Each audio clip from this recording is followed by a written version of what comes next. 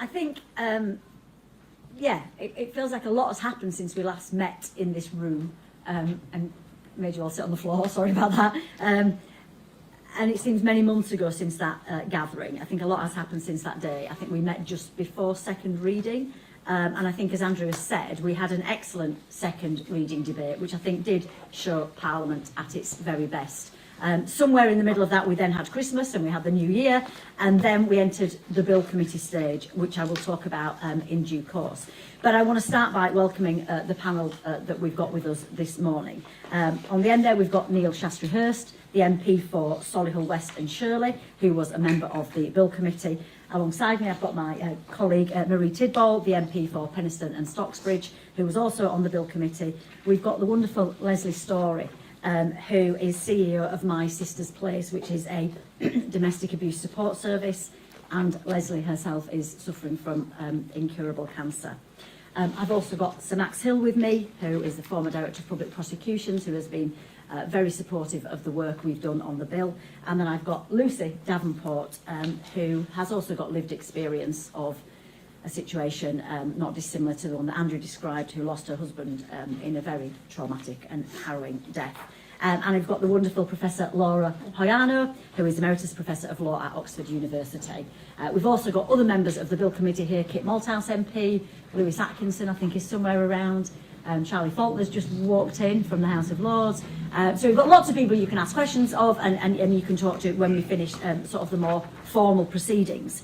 But as I said, we've just come through the Bill Committee stage of the Terminally Ill Adults End of Life Bill. We started it back in January and we finished just last week.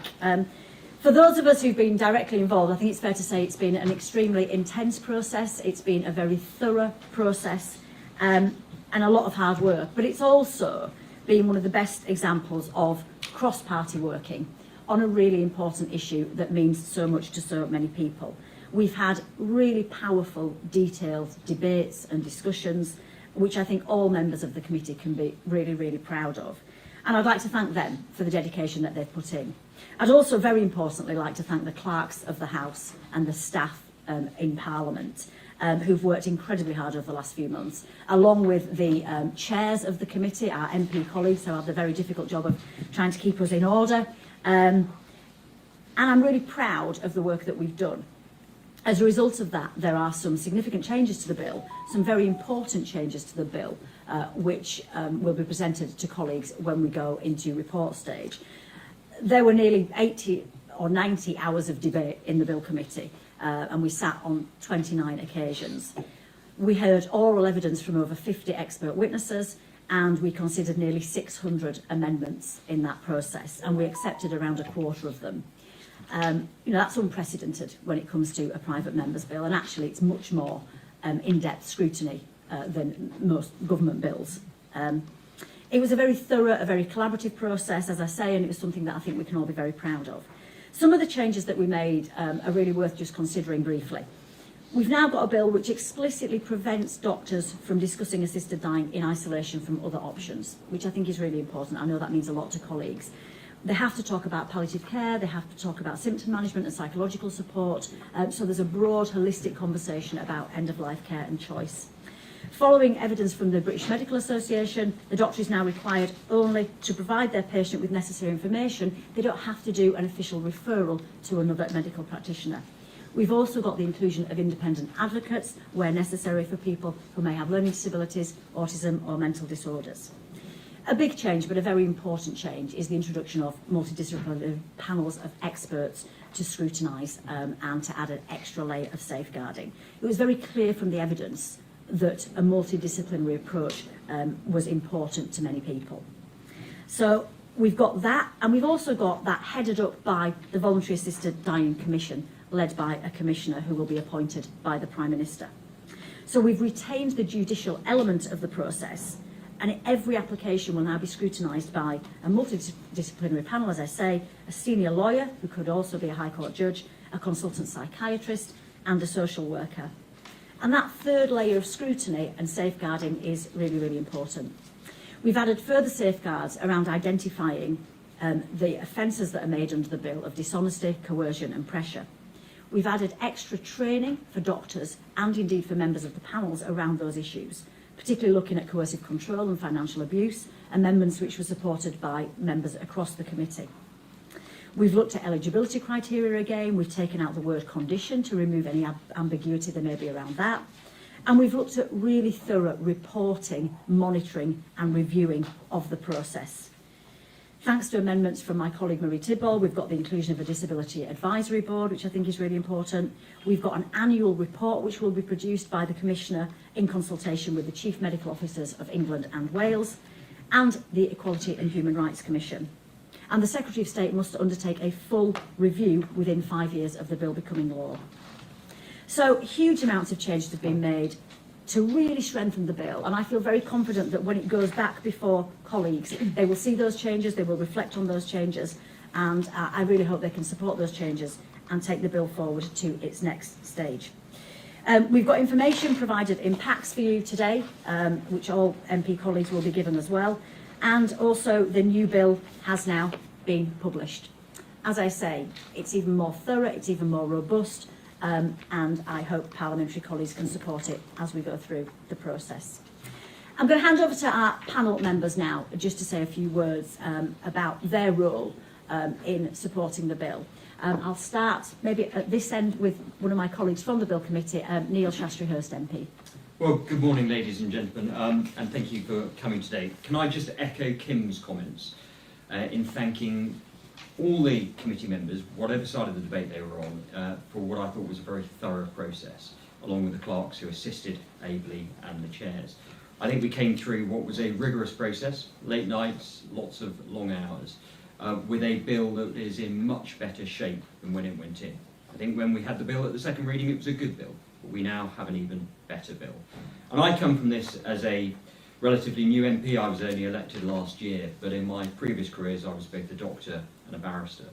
And bringing those experiences that I had, and I spoke about it at the second reading, where I felt I'd failed patients who I hadn't been able to give a good death to, was a real motivating factor in getting me to the point where I think this is an important piece of legislation. And it's a real privilege to have sat on this committee. My wife said to me, she said, if you do nothing else in politics, to have been involved in such a socially consequential piece of legislation, whichever way it goes, is a remarkable achievement. And I think the work Kim has done with others over a number of years around this area is critically important because it's so vital. Patients in those last days of their lives have that voice and that autonomy. A couple of points I'd like to pick up on from a more clinical perspective where I think this bill has improved.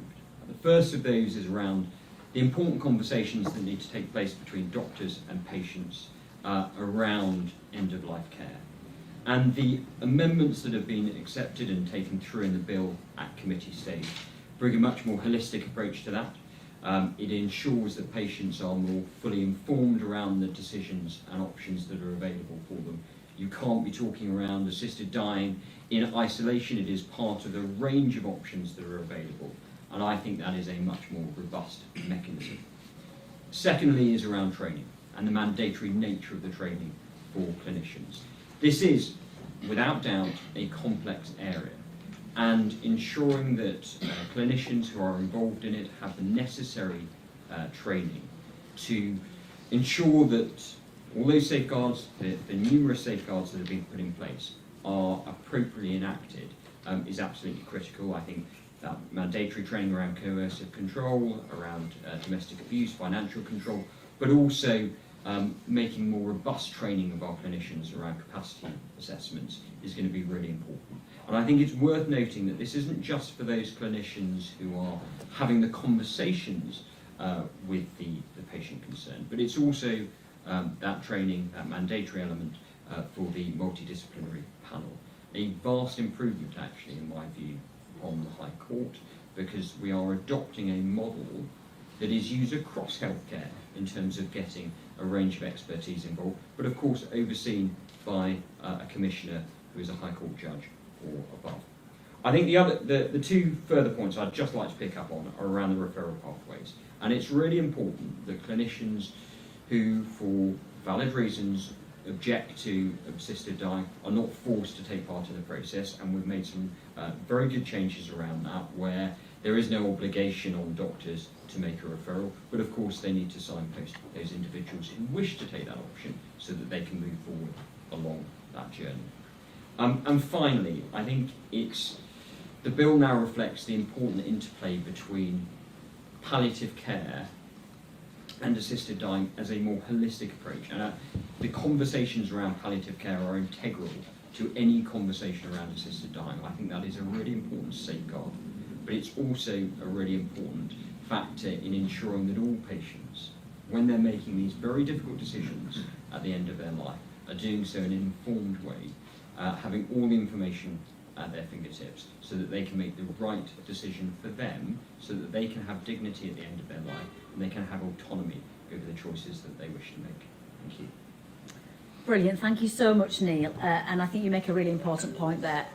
There's been some framing of the bill around it's either about autonomy or choice and dignity, or it's about safeguarding. And actually, it is, and it has to be about both of those things. And the amendments that we put through in Bill Committee really reinforced that message. So thank you so much. I'm going to hand over now to Leslie Story, who is CEO of My Sister's Place, as I said, which is a domestic abuse support service. And Leslie, it'd be lovely to hear from you in a professional capacity, but also in a personal capacity. And I think, am I right in saying you are a graduate of the Joe Cox Leadership Programme as well? Well, it's an honour to have you here on many levels. Thank you, Leslie. Thank you. Thank you very much for giving me the opportunity. As I walked here this morning, like you, I thought if there is nothing else that I do, then I have contributed to this, which is so meaningful and so important to me. I am someone who is living with cancer. I have bowel cancer, and I'm in a very good place at the moment. But I was diagnosed last year, and it was a complete shock to me. I wasn't particularly ill, and then suddenly I was told I had a huge tumour in my bowel. It needed to be removed immediately. I had to have chemotherapy. I've had a lot of treatment. And the one thing that gave me comfort, because when I got my diagnosis, I set up a savings account, and I thought I really need to know that I have some control back in my life, and I am going to save every penny that I have to, should the time come, to, leave this country, leave my family, because they wouldn't have been able to come to me, go to another country where assisted dying is legal, and travel on my own. And for a lot of people, that means you often have to leave much earlier. It shortens your life, it shortens your death, because you have to leave when you're still well. So that really frightened me. So when I found out about Kim's bill, I just felt like a relief. I felt a huge weight had been lifted from my shoulders. I just felt ready to face things again, really. So for me, this has been hugely important. One of the things that I really did want to speak out about today was about coercive control in particular. I'm the CEO of a charity. I'm based in Middlesbrough, and I've been working in the field of violence against women and girls and domestic abuse for about 30 years. I know I have a very in-depth knowledge and understanding of how coercion and control works. And I have been very tuned in to concerns around this. On a daily basis, I'm working with women who are sexually abused, economically abused, financially abused, emotionally abused. And coercive control is pervasive, it's endemic in society. And for me, one of the things that I felt so strongly about with this bill is we are talking about coercive control. We are putting safeguards in place to ensure that those conversations happen. The bill ensures that professionals are able to recognise and respond to coercive control, and right now that is not the case. That is not happening right now. So this bill provides a scaffolding, a safeguarding that currently isn't happening, and I feel very, very strongly about that. We need to have these conversations at end of life. We need to have these conversations in society every day, really. I'm also curious as to why those people who are very against the bill because of the threat or fear of coercive control haven't really considered that actually for some people they could be prevented from having this. They could be prevented from having this as a service. So I think we need to readdress it really and think about it from both ends. But the bottom line is safeguards are absolutely baked into the bill.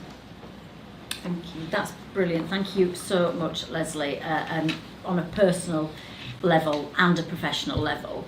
And I think, you know, thank you for sharing your own very personal story. I think what's kept me going during the last few months, and it has been hard work in lots of ways, has coming back to personal stories like Leslie's and the other families that I have met through this process. You know, this bill shouldn't be about politicians, no disrespect, it shouldn't be about journalists, it should be about patients, and it should be about terminally ill people, and what I've always tried to do is bring it back to their stories. But I also appreciate every time somebody who has either lost a loved one or is terminally ill themselves tells that story. It takes a huge amount of emotional energy and strength, so thank you so much, Leslie. We'll come on now to my wonderful colleague, Dr. Marie Tidball MP. Thank you. Well, it's a great privilege to be here, and particularly poignant to be sat next to Leslie as we did the Jo Cox Women in Leadership programme together, and I didn't know that she was coming today. I voted at the second reading conditionally on this bill, and I voted in favour for two reasons. One, because of the experience that I talked about in my childhood, where I'd been in extraordinary pain, and I had a moment where I asked my parents to let me die. Now, I would not be voting for this bill if this was about suffering and pain. I am voting for this bill because it is about terminal illness where someone has 6 months left to live and they have the capacity to make that decision. I also voted for this bill because of the extraordinary amount of casework that had come through to my office from my constituents, and their voices strengthened that decision for me because of the personal experiences that they had had. It was conditional because I wanted to strengthen the case safeguards in the bill, at heart making sure that disabled people were protected, but also that we had a really strong voice in the way this bill worked in practice. Having been on the Bill Committee, I can say, as someone who has looked at legislative scrutiny over the course of the last 20 years, this is the most extraordinary, deliberative, cross-party process I've ever seen. As Kim mentioned earlier, we've looked at 600 amendments, 150 of those have been accepted, and 30 of those have been brought by those who voted against it at the second reading. And my support was conditional on a number of tests to build in meaningful safeguards in relation to disabled people. One of them was around making sure that this wasn't discussed in isolation. I worked with Kim on that Clause 4 amendment, which is now on the face of the bill, so that I know with great certainty that where assisted dying or seeking assistance is discussed with medical practitioners, it's done in the context of all of the available options for that person. I am immensely proud that I got cross-party and cross-committee support for my two key amendments, which put on the face of the bill the core safeguards and the mechanisms to build in and strengthen the voice of disabled people. So the first one of those is to make sure that we have independent advocates right from the start of that process for someone who might be seeking assistance, for people with learning disabilities, autism and mental disorders. And there's also another group outlined which gives enough breadth to enable doctors to use their discretion where they think somebody may well need that independent advocacy service. And that person can therefore be supported by an independent advocate if they come under those different categories throughout the whole process of seeking assistance, whether ultimately they pass the mental capacity test and then can actually seek assistance at the end or not. And that ensures that we have a really cast iron backstop to support and protect those groups of people. The second amendment, which was the very last speech in the very last Bill Committee as we approached, I think, something like 11 p.m. last week, it was my amendment for a disability advisory board. I wanted to ensure that if this bill was and is passed through Parliament, that disabled people's voices were at the forefront in understanding how it was being implemented and how it was impacting disabled people. And so my amendment ensures that the Commissioner, 6 months after their appointment, has to establish this advisory board that includes disabled people under the Equality Act definition of that protected characteristic, along with disabled people's organisations and other relevant experts. And that reflects the evidence that we heard at the committee stage from Disability Rights UK, who really felt that there should be an instrument like that, from Dr. Miro Griffiths, from Professor Tom Shakespeare, and importantly also from colleagues from MENCAP, Dan Scorer. I passed that amendment in front of Dan and the MENCAP team to make sure that they were happy with that and that they felt that worked. The other element of the advisory board is that there must be a report annually by that board on the impact of the bill, and if it went through Parliament, the Act at that stage on disabled people, and then the Secretary of State would have to present that to the House. So it's a very significant mechanism to make the voices of disabled people central to this bill if it is to go further forward. And I'm immensely proud of that.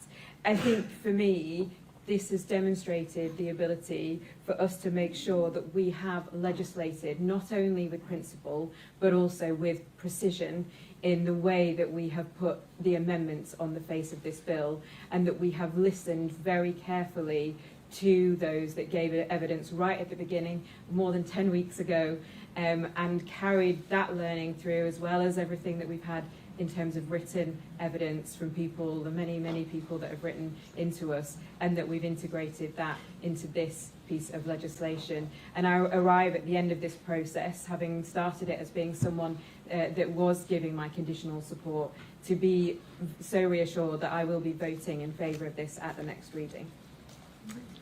Thank you so much, Marie.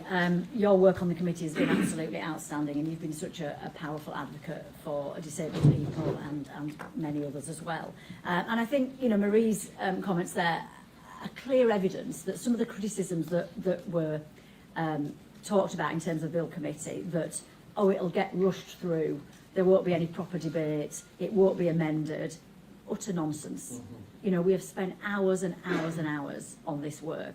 Colleagues have dedicated huge amounts of time and energy to this, and we've now got important changes to make the bill stronger. And I hope today that is very clear for everybody to see. I'm going to come on next to Sir Max Hill, former Director of Public Prosecutions, who, along with 3 other former DPPs, including the Prime Minister, as we know, have spoken about a very clear need for a change in the law. Max, it's great to have you with us. Thanks, Kim. Good morning. I'd suggest that possibly the greatest achievement of this bill, where we are now, and the debate that's been raging for many months, is that collectively we've all brought into the open aspects that are at the moment hidden. And what I mean by that is the living in fear, and this is not an exaggeration, that is experienced by the terminally ill in the final months of their life, at their most vulnerable period of their life, not knowing whether they might face prosecution under the law as currently enacted by Parliament, and specifically not knowing whether their loved ones who they're going to leave behind are at risk of investigation and prosecution. And that is the state of the law at the moment. That dial has turned. The public debate that's still going on, and evidence today, shows that we are on the move in a fundamental way. The way that we deal with the final months of life is so much better informed now than it was in 1961, when the Suicide Act was passed by Parliament, that we cannot go back, is really the headline I want to give you today. Let me put that another way. I have heard no argument amidst hundreds of hours in parliamentary committee, in an unprecedented bill committee that is more representative of Parliament than these committees normally are. I've heard no argument from those who vote are arguing for the bill or those who are arguing against the bill that is saying leave things as they are. Nobody is actually able to say we're still where we were in 1961 and we should just leave it at that.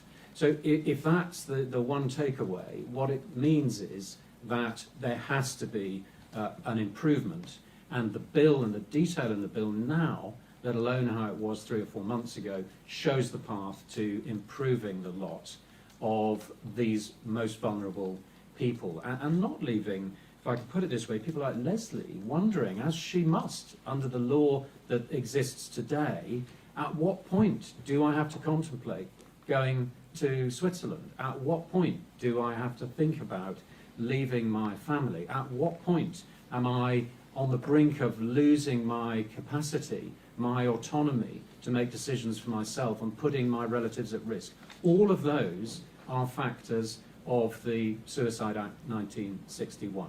And the other point that I'd make to you is that there is really very little point in scrutinising and looking for bad cases after the death has occurred.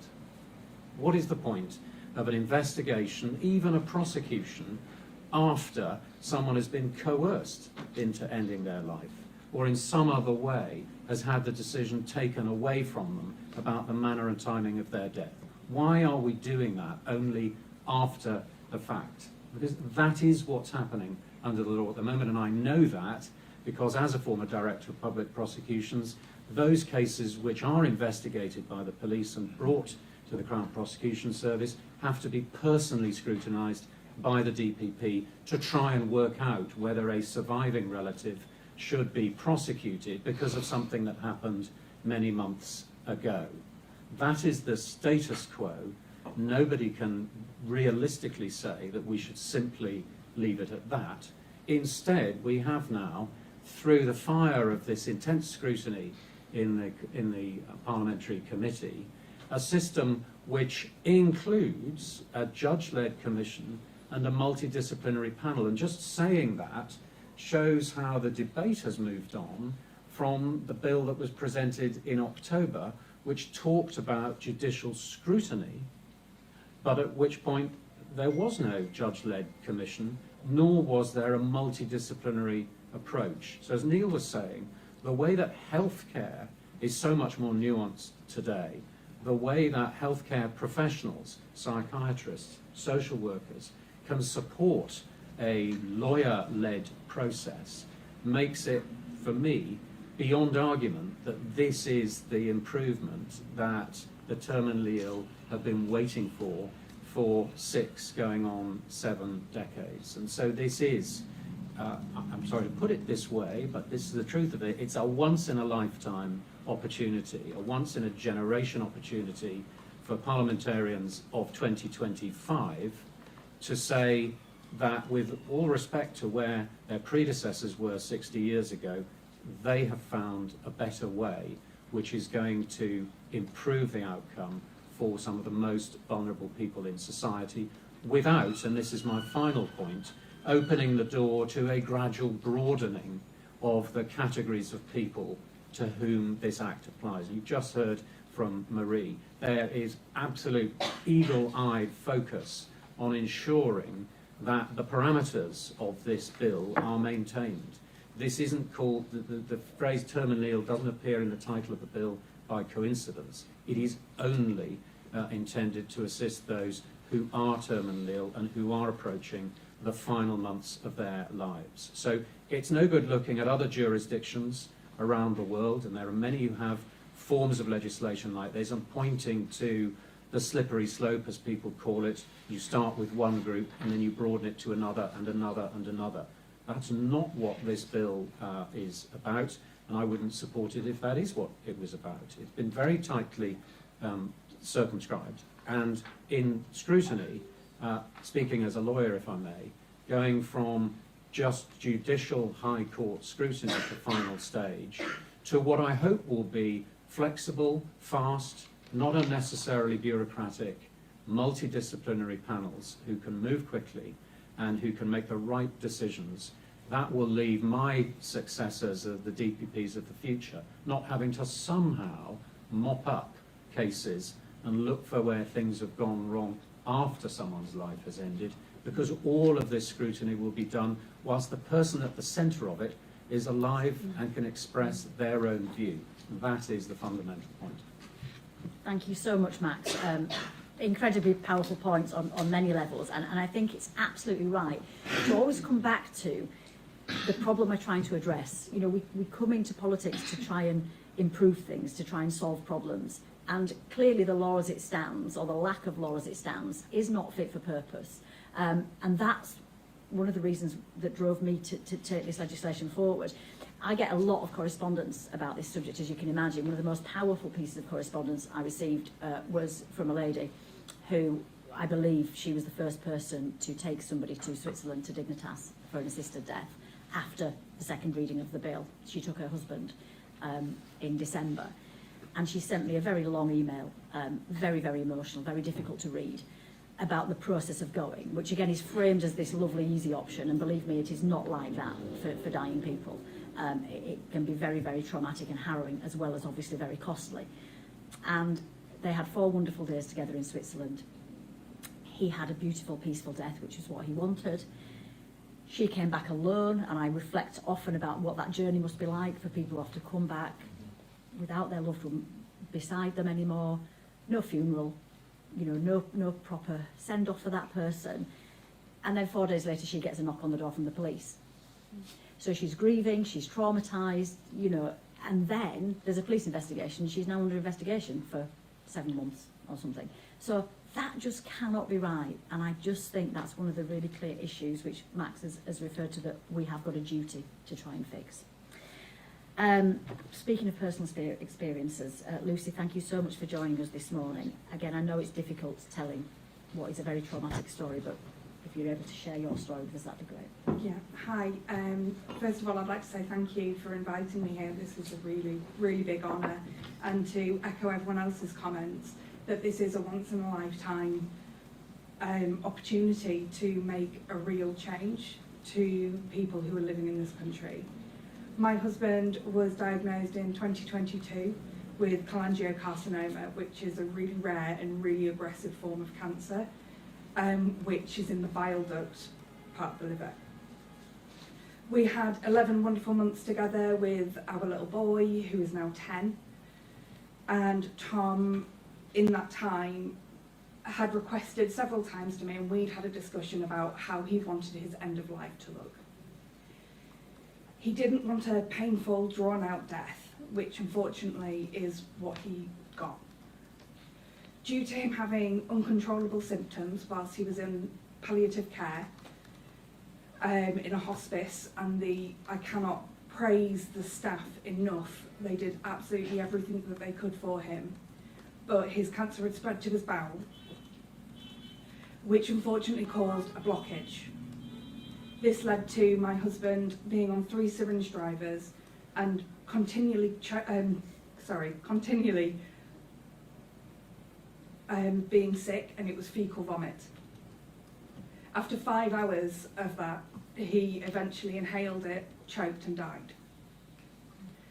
I have PTSD because I will never forget the look on his face. Even post-death, he continued to vomit. I now live with a 10-year-old who understands the story of his father's death. And Tom had asked repeatedly, can you just give me something so I can go to sleep? And a doctor replied, not unless you grow another 2 legs and a tail. And that's the truth of the matter. We wouldn't treat animals like this, yet my husband died awfully. This change in legislation isn't just for the people who are dying. It does alleviate a lot of fear for them. I've spoken to people, even today speaking. It does alleviate fear, but it also means that family members and staff members aren't left traumatised by this. It's so important that we keep moving forward with this, with the right safeguardings, with the extra amendments that have been put in, because I wouldn't wish what I've gone through upon my worst enemy. Thank you. Thank you so much, Lucy. And again, I know it takes a lot of strength and energy to share what is a very, very difficult story. So thank you so much for being with us today. And look, no one's going to pretend that, you know, every person who gets cancer has the horrible death that as Lucy described there for her husband Tom. We know palliative care is amazing. It's outstanding. We have some of the most dedicated professionals working within palliative care. But there are cases where a patient's needs cannot be met. They might be rare, I accept that, I acknowledge that, but they do happen. And I think we have a duty to do something about that. We also have to acknowledge that, for me, you know, assisted dying is not the adversary of palliative care. It's part of a holistic approach to end-of-life care. We can't separate the two. It should be about choice, and it should be about acknowledging the many brilliant, dedicated professionals who work within the palliative and end-of-life care sector, who want to do what's best for their patients. They want that choice, and they want to deliver the best service they possibly can. But we do have to acknowledge that sadly, stories like Lucy's and Tom's do happen, and I've heard far too many of them in recent months. We're going to finish with Professor Laura Hayano, who is Emeritus Professor of Law at Oxford University, just to reflect on her thoughts around assisted dying and the bill. Thank you, Professor. Thank you. I come at this not just as an academic. I have been a practicing barrister in the area of medical law and human rights in Canada for 10 years, and then here in England at the same time as being an academic. And assisted dying has been a matter for me, a focal point for research and for a great deal of thought ever since my father died in agony from bone cancer. It could not be alleviated by the best palliative care and the best hospice in the province where he died.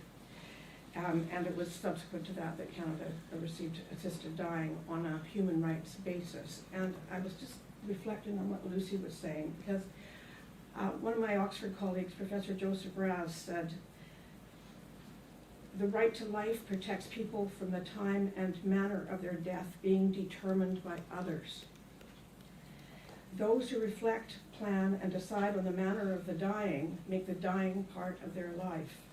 And if they do so well, then by integrating their dying into their life, they enrich their life." And that has been my experience with my friends who have died through assisted dying in Canada. The neighbor dying, for example, a high court judge who was dying of mesothelioma. And a young man who was dying of very aggressive brain cancer and didn't want to lose all his faculties before he died. And I think that what we're talking about, coercion has been something that I've been asked a lot about, including during my oral testimony before the committee. And what we're talking about now is that the current law coerces people into the most horrendous ways of ending their lives. That coercion is whether they cannot, even with the best palliative care, and palliative care specialists will always concede that there are people they cannot help, like Tom. He was coerced, and pardon me for taking his example, but and my father as well, were coerced into dying in ways they did not want to die. And so I think we have to approach this from that perspective, that we already have coercion imposed by the Suicide Act. And so I think we have to appreciate also that safeguarding from coercion is a fundamental part of medical practice now. Every week, possibly every day in the NHS, a patient decides to take his or her own life in an NHS hospital by requiring that life support be disconnected. And it may be that they don't have a terminal condition and they can live for many years provided they remain on life support. But in exercise of their autonomy and their control over their life and their way of dying, they are entitled to direct medical staff to disconnect that life support.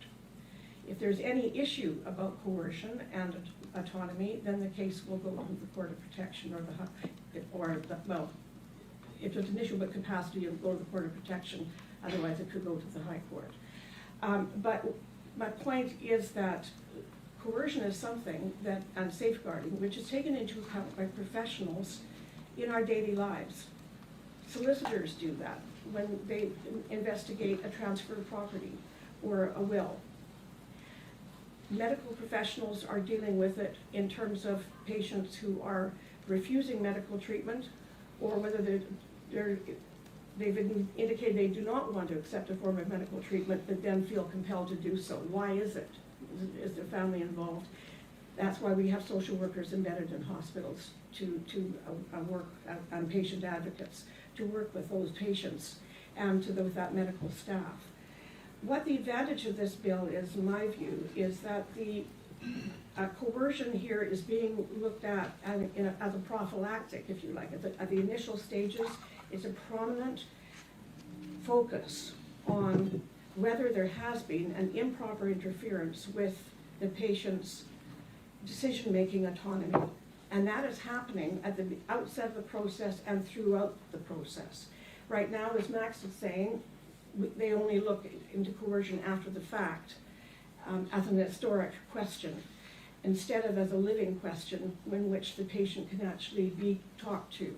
This is one reason I've recommended that we have extensive discussion of coercion in the guidelines, and I hope there'll be statutory guidelines which will be coming out under the bill with examples, so that it'll help guide people working with patients to detect whatever subtle forms of coercion there could be. I would also say that I think because I prosecute coercive control cases, I think that we are now much more as a society sensitive to the forms of very subtle coercion which can occur, and I think we're better placed now to ask questions.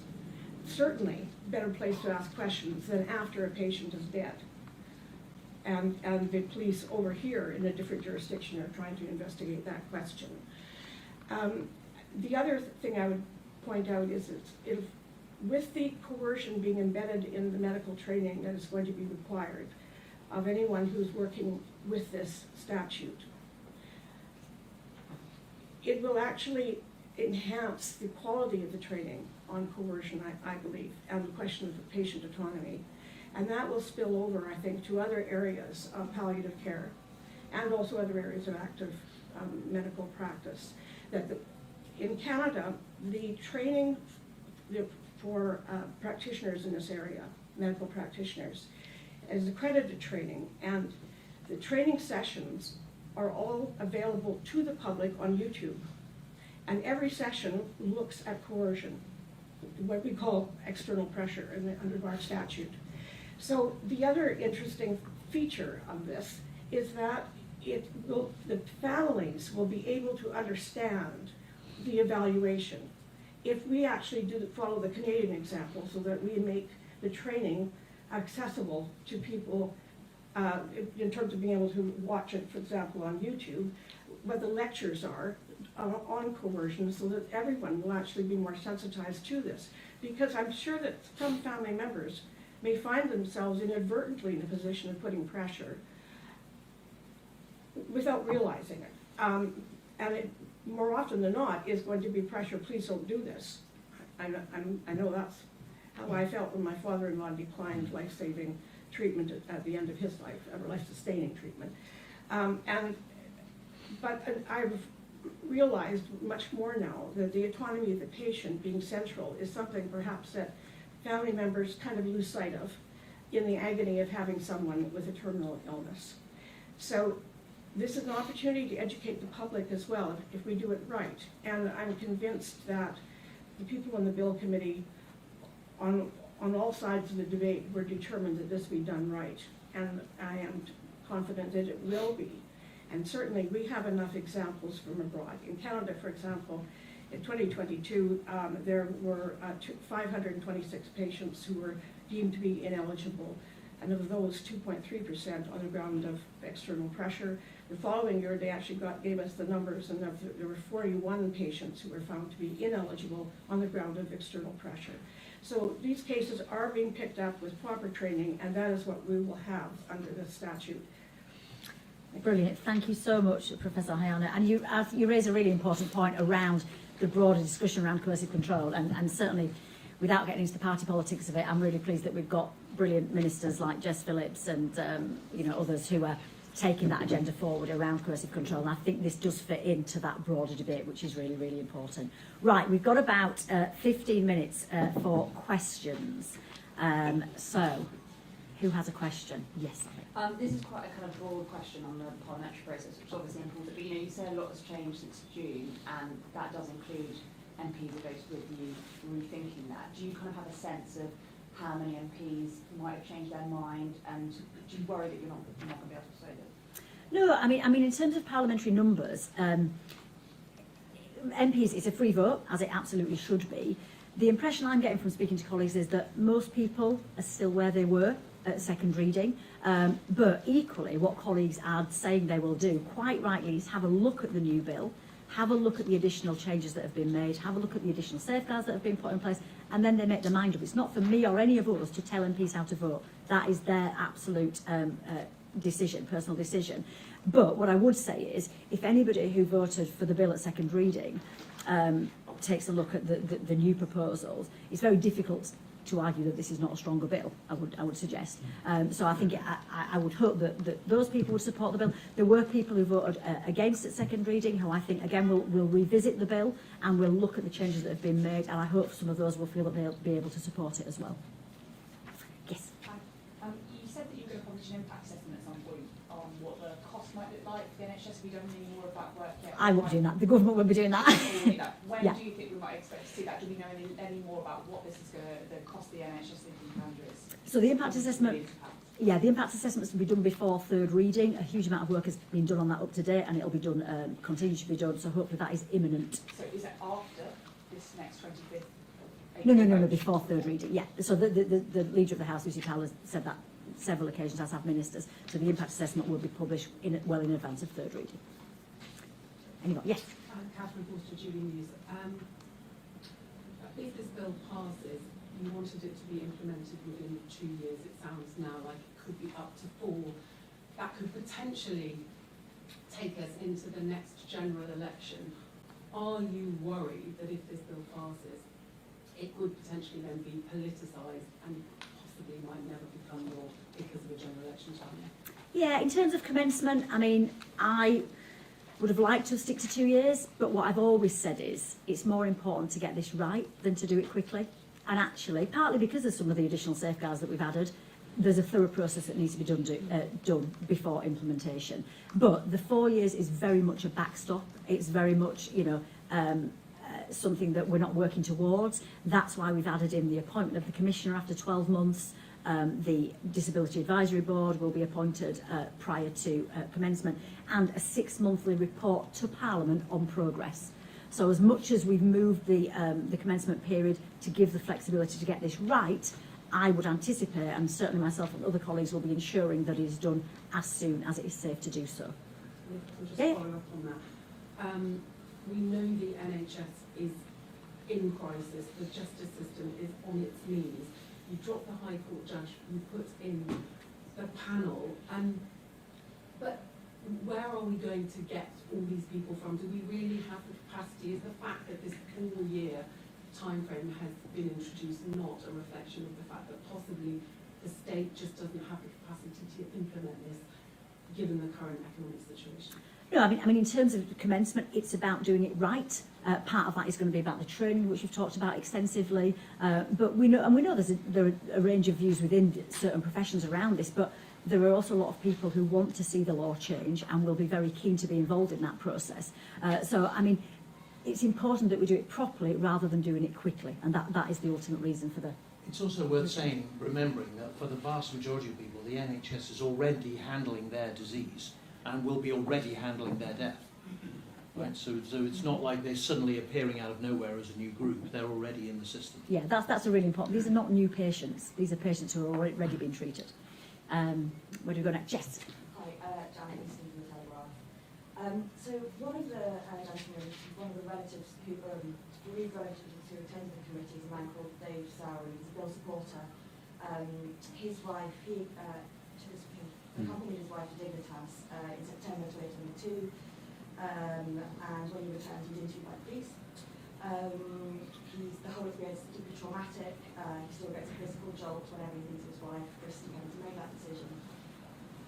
Christy had multiple sclerosis, so as Dave points out in his evidence, she wouldn't be eligible under the bill because once you get, by the time she would get that 6 month seasonal prognosis, she might have lost capacity. Do you have any plans to amend the bill by report stage to allow for like his wife to be eligible? Yeah, no, there's no plans to amend the bill, and you know it is very difficult hearing stories like Dave's. But we were very clear from the outset that the eligibility criteria would be very strict, and that is what Parliament voted for at second reading. And there's certainly, from my perspective and other colleagues, I know there are absolutely no plans to extend the criteria. But I think Dave Sowery, who many of us have met, is a very brave, committed commentator. And even knowing that this change in the law would not have helped people like his wife, I know that what he's committed to is a change that will help those who can be helped, namely the defined terminally ill. And we've got to be grateful to people like him going through what he has for nonetheless supporting this bill, which I know he does. Yeah, and there's another gentleman who gave evidence to the committee, Pat Malone, and his family actually epitomises exactly why the law needs to change. His dad had a very traumatic death from, I think it was bowel cancer, begged his family to help him. Pancreatic cancer. Yeah, had a really traumatic death and begged his family to help him to die. And then his brother, Pat's brother, got the same disease. He took his own life because he was so fearful, having watched his dad suffer. And then his sister got MND and she went to Switzerland. And, you know, Pat said the same thing. He said, you know, the law definitely needs to change, but we also accept that there are some people who, even if the bill passes, wouldn't fall within the criteria. Yes. Hi there, Mary Keat from Politico. You said that report stage is happening on Friday, 25th of April. Are you concerned that a number of MPs might be away, given it's the Friday before the local elections? And can you also confirm that the third reading will be on a separate date, given that you want a high turnout in the vote like you had a second reading? Yeah, so third reading will be Friday the 25th of April. Report stage will be Friday the 25th of April. In terms of local elections, I mean, we've got the Easter recess where people can be out knocking on doors for a good 2 weeks, and it's one day, you know, and I think this is so important to many people on different sides of the debate, to be fair, that I think they will ensure that they're in Parliament if they possibly can be. It's difficult to say in terms of process because we don't know how many amendments will be tabled for report stage, so we don't know whether we could achieve report stage and third reading in one day or not, and until we get to that point it's difficult to say. Yes. Dr. Jamila Hussain, she gave evidence to the Bill Committee around fears within ethnic minority communities, particularly around the widening health inequalities. She spoke about how ethnic minorities have less access to palliative care, less likely to receive timely treatment, and she gave evidence to the committee about the racism that already occurs within end-of-life care, which has led to further mistrust and fear. So what safeguards will there be in this bill to protect this already vulnerable group? Yeah, she gave brilliant evidence, and she's speaking from a lot of personal experience. I mean, I think the reality is, in other jurisdictions, people from ethnic minority backgrounds and less affluent backgrounds actually have less access to assisted dying, in the same way that, as you've described, they have less access to many other healthcare provisions. But I think the safeguards that we've been put in place around coercion, around assessing, you know, the holistic approach of the panels, I think the layers that we've put in will hopefully successfully, I believe, protect all vulnerable communities. And can I just follow up on that? Yeah. Around kind of culturally sensitive care and regards to translation in particular, what safeguards might there be in the bill towards that? Yeah, I will double check, but I'm pretty sure we've got something in there around translation.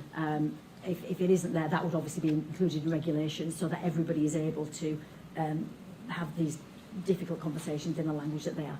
Yeah, can I just put on that? So sorry, there's an amendment in clause 5 4, which inserted that provision of adjustments for language and notice about barriers, including use of interpreters.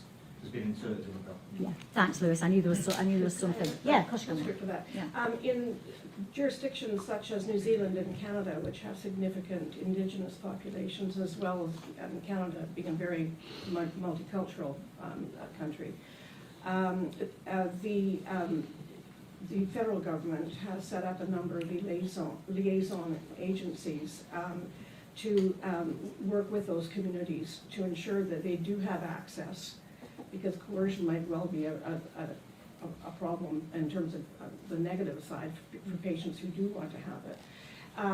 It's a vast country, and so the advocates who are working with them in this liaison are spread right across the country. And in New Zealand as well, they are also looking very specifically at how the Maori population is dealing with their new legislation. So I think what I would like to see myself is that in the reviews that are going to be conducted under the Act, that there be a specific focus on this question about ethnicity and access as well, access to to this human right of health care at the end of life in this way, to ensure that those voices are being heard and heard in the appropriate way. And I think that we have enough models. I think Australia is also, some of the Australian states are also doing the same thing in terms of looking at their Indigenous populations. So I think it can be done, and I hope it will be done here. Brilliant, thank you a lot. Can I just Marie? add 2 more points to that? So there's two other amendments that were put in place. So one, which was in recent weeks, was around effective data collection, particularly with regards to those groups. And I think we all believe that in terms of monitoring the impacts and implementation of this bill, that's crucially important. And I was certainly really pleased to support that amendment by Sarah Olney. And the second point to make as well is that one of the things that the Commissioner will be required to do is to make sure that they are linking in with the Equality and Human Rights Commission. And of course the Equality and Human Rights Commission includes looking at race as a protected characteristic and understanding the impacts there. So I think there is a mechanism built in that relationship by one of the amendments under the bill too. Thank you, Marie. Yes. As you said, there's been a lot of amendments to this bill, and it's a very busy time of year for everybody. So do you think you're giving your colleagues enough time to reconsider and digest it? Yeah, definitely. I mean, you're right. There's a lot going on in politics at the moment, but I strongly believe that this bill will have had more scrutiny, more attention than probably pretty much any other piece of legislation that goes through Parliament. And parliamentary colleagues across the House, cross-party, have been extremely engaged in the process, both prior to second reading, at second reading, and then since. And I'm certainly having lots of conversations with colleagues. I don't know, Neil, if you want to add anything to that. No, absolutely. I think people have got this approximately a month before reform stage. We've also got recess, which will give colleagues an ample opportunity to delve into it. But as Kim said, people have been following this very closely throughout the process. So they've known how the bill is evolving as it's gone through committee stage. They've now got a period of time to reflect upon the contents of it. I think that gives individuals ample time to marshal their thoughts in advance of that next stage. Thanks, Neil. Yes. I wonder, are there any amendments passed in the committee stage that you regret? Any amendment? Oh gosh, that's a really good question. No, I don't think so. I mean, we've done what we were asked to do. We've done what we needed to do, and I think the changes that have been made were all very sensible, and again came from people with different views on the substance of the issue, and again on a cross-party basis. I think the bill is more robust than previously, and I think. I think it'll be presented to colleagues, thoroughly strengthened. Marie, is there anything that you... No, not at all. Otherwise, I wouldn't have voted for them. Yeah. I mean, I think for people out there that may not be familiar with the Bill Committee, when they say it's line by line, it really is line by line. So you look at the face of the bill, and each amendment specifically identifies the line, literally, in the bill, and the lines are numbered downwards. And so you are looking at the meaning not only of that particular line, so your focus is extraordinarily tight on how one particular amendment will layer up and change that particular part of the bill, but also you're scoping out all the time to understand how those individual amendments cumulatively affect the overall status and changes in the bill. And I think a lot of us worked really hard to understand where key amendments, like the two that I mentioned earlier, where they should be placed in the bill to have the most robust impact across the rest of them. And that's why mine came at the end, because I knew then they were going to be able to have, in one case as a new clause, and then in another case to make sure that it really did batten down the hatches and kind of have the impact right across the rest of the bill. So there's no space to regret anything. You know, we had to vote where there was a division called. We had to vote decisively on whether we were going to support that or not, and that took a huge amount of thought. And in terms of then seeing how nuanced the bill has become, I think that's an extraordinary piece of work for parliamentarians to do, and I think the public might not quite understand what happens in a committee, and it's important that they know that that is the level of detail that we have looked at this bill. I mean, in some cases we debated changes in 2 words, but you know, an hour at a time, maybe. And that's really important. That is our job. But absolutely, there is nothing I regret, and I would not have voted for something to go on the face of the bill if there was any shadow of a doubt that I might regret it, and I'm sure that's true of the rest of the committee as well. Thank you. Couple more, yes. Yeah, can I just check on the 3rd reading? Is it still possible that could happen on the 25th? It is possible. Again, it's difficult to say because until we know how many amendments have been tabled and how those groupings are done, it's all the Parliament, which is out of, obviously, my hands or anybody else's hands. So it's possible that could be done in a day on April the 25th, or it could carry over. And is there a sort of a time stop, a hard stop in terms of time on the 25th, where you have to kind of be out? Proceedings normally finish on a Friday at 2:30. Right, and start at 9:30. 9:30. Right, okay. Thank you. Just longer term, you get the champion changes that the gentleman who was mentioned can be introduced either in this bill in the future or in a future bill, just because it does sound really unfair. Or Yeah, no. I think the bill that went before the House at second reading has got very strict eligibility criteria, and that's certainly where I think it needs to remain. But once this bill's done, are you try to make that for sort of future campaign? No. Hi, French media here. There have been cases overseas where families have coerced persons facing terminal illness not to have an assisted death. Are you concerned about this, and how do you want to address this in England and Wales? Bonjour.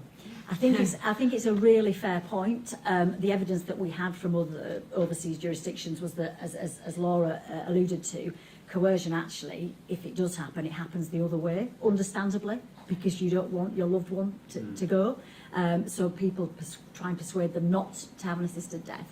I think the safeguards that are in the bill around coercion are around any type of coercion. So I think it's fair to say that those conversations would be had with the patient about what the conversations they're having with loved ones and family members. So I think ultimately, the doctors would be able to pick up on any type of coercion, and I think that that's really important. Yes. Thank you for your question, because I do think that the focus has very much been on the other side of that. So I really want to thank you for that question. I do think it's really, really important, and it is something that professionals are trained to look at, have that discussion, and are very attuned and alert to people who might not be able to have this as a service. I think that is so important. It isn't just about people who may be compelled to, but it's those people who are prevented, where there's an active barrier put in place, and so thank you. It's a really great question. Yes. Kim, John Walker from the Express. Some opponents of this legislation were suggesting that maybe if this bill was defeated, the issue could return in some other form, a royal commission or even some government-sponsored legislation. What's your response to that? Is this basically the only chance people are going to have to change the law? I mean, my personal view on that is I'm very much focused on getting the bill passed. That's where my energy and focus have to be. What worries me is if the bill doesn't pass, the conversation ends, and that would be really dreadful for so many people, for so many reasons. And if we think about the last time a bill came before Parliament, it was 2015, I think, it would be such a tragedy for all the reasons that we've talked about this morning, and particularly for the personal stories that we've heard this morning, if it was another 10 years before this subject was revisited. And that's why I think we have a duty as parliamentarians to change the law now. Max, Yeah, I think the long grass solution is an argument of last resort. And what more do MPs need? And you've heard from some of those who've been scrutinising this word by word, line by line. There's been an unprecedented exercise with a bill committee larger than anyone can remember, going back through many, many years. This is the opportunity, and it's all there, and there is time for anyone on receipt of the republished bill to really consider it carefully. Kicking this can down the road really is no solution for anybody. Can I just add to that as well, that whereas it's unusual, it's not unprecedented to have a bill involving medical law be a private member's bill, because the Abortion Act 1967 was a private member's bill. And people cite it's very simple to abolish the death penalty. That was also a private member's bill. But the Abortion Act did actually require the setting up of administrative structures in order to, with very clear, potentially controversial legal criteria for access to that medical service. So if I would say if not now, when? Because why not now? Yeah, no, I agree. Can Well, I have one point on that? I don't think we've covered so far. Obviously, the government is neutral. This is a private member's bill, but as the government and ministers made clear in Bill Committee, they have a responsibility to the statute book and to ensure that any legislation is workable.